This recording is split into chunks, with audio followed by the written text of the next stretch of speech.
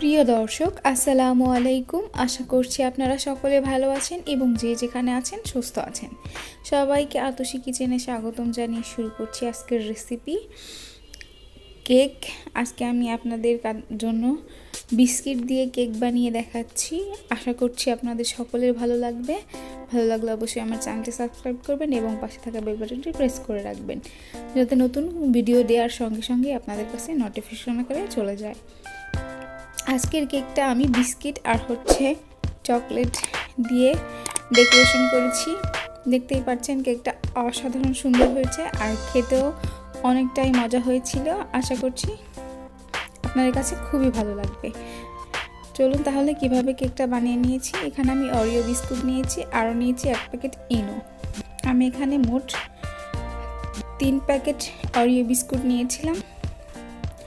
আর প্রত্যেক packet biscuit খোলার পরে আমার এতগুলো বিস্কুট হয়েছিল। আর আমি বিস্কুটগুলোকে এবার আলাদা করছি। ক্রিমগুলো দেখতেই পাচ্ছেন, বিস্কুট থেকে আমি ক্রিমগুলো আলাদা করে নিচ্ছি এক এক করে। যখন এরকম ক্রিমগুলো আলাদা করা হয়ে যাবে তখন আমি হাত দিয়ে বিস্কিটগুলো ভেঙে নিচ্ছি। আপনারা চাইলে ব্লেন্ডারে ব্লেন্ড করে নিতে পারেন, তাহলে একদম মিহি হয়ে যাবে। আর এখন আমি এখানে উষ্ণ গরম দুধ দিয়ে দিচ্ছি, প্রায় হাফ কাপের মতো দিয়ে এবার ভালোভাবে নেড়েচেড়ে মিশিয়ে আমি এটাকে রেস্টে রেখে দিচ্ছি যতক্ষণ পর্যন্ত এটা একদম নরম হয়ে না যাচ্ছে। আর এখানে আমি 2 চা চামচের মতো চিনি দিয়েছি, দিয়ে ভালোভাবে গুলিয়ে রেখে দিচ্ছি রেস্টে। 10 মিনিট পরে আমি এসে বিস্কুটটা একদমই গলে গেছে, দেখতেই পাচ্ছেন। এরপর আমি এখানে 2 টেবিল চামচ রান্নার রেগুলার তেল দিয়ে দিচ্ছি, 2 চা চামচের মতো। তারপর আমি ভালোভাবে নেড়েচেড়ে মিশ্রণটিকে মিশিয়ে নিচ্ছি। দেখতেই পাচ্ছেন, এটাকে খুব ভালোভাবে মিশিয়ে নিতে হবে যাতে কোনো লাম্পস না থাকে। আর এখন আমি একটা ডিম দিয়ে দিচ্ছি এর মধ্যে, দিয়ে আমি খুব ভালোভাবে এটাকে ফেটিয়ে নিচ্ছি। দেখতেই পাচ্ছেন, এই কাজটা অবশ্যই করতে হবে। তারপরে আমি এখানে যে ইনো প্যাকেট নিয়েছিলাম, এখানে একটা ইনো প্যাকেট আমি দিচ্ছি, পুরোটাই দিয়ে দিচ্ছি।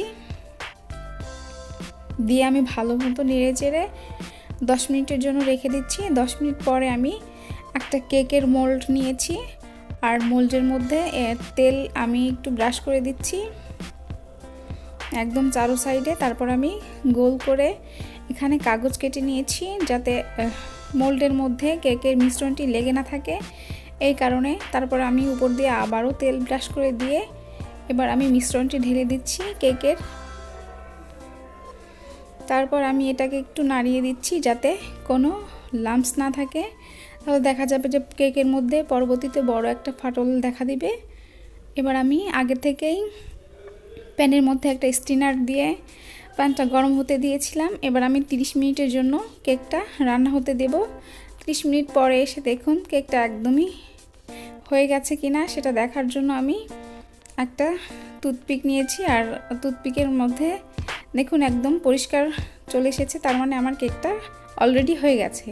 এবার আমি কেকটা ঠান্ডা হতে দিয়ে একটা ক্রিম তৈরি করে নিচ্ছি। এখানে যে বিস্কিটের ক্রিম ছিল সেটার মধ্যে আমি 1 চা চামচ চিনি, আরও দিয়ে দিচ্ছি চকলেট, আরও দিয়ে দিচ্ছি 2 টেবিল চামচ গুঁড়া দুধ।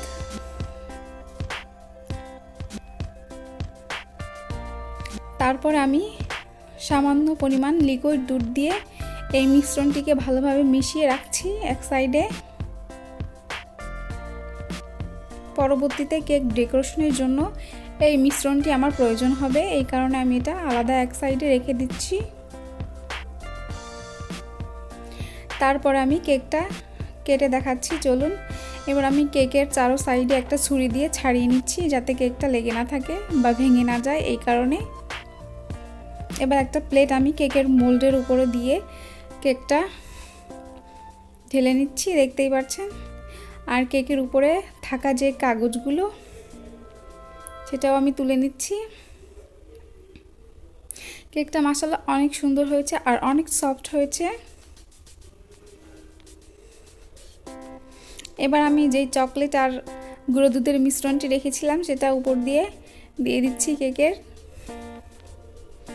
দেখতে এবং খেতে কেকটা অসাধারণ সুন্দর লাগবে, আপনারা একবার হলেও বাসায় ট্রাই করবেন।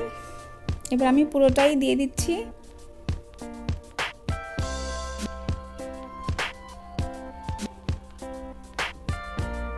আপনারা কিন্তু খুবই অল্প খরচে এই কেকটি বাসায় তৈরি করে নিতে পারেন। বাচ্চাদেরকে যে কোনো সারপ্রাইজ দেওয়ার জন্য এই কেকটা খুবই উপকারী, চটজলদি হয়ে যায়। এবার আমি উপর দিয়ে গুঁড়ো দুধ ছিটিয়ে দিয়েছি একটু, যাতে একটু সুন্দর দেখতে লাগে। আর কেকটা কেটে পরিবেশন করছি। আশা করছি আপনাদের সকলের কাছে ভালো লেগেছে। সবাই ভালো থাকবেন, সুস্থ থাকবেন।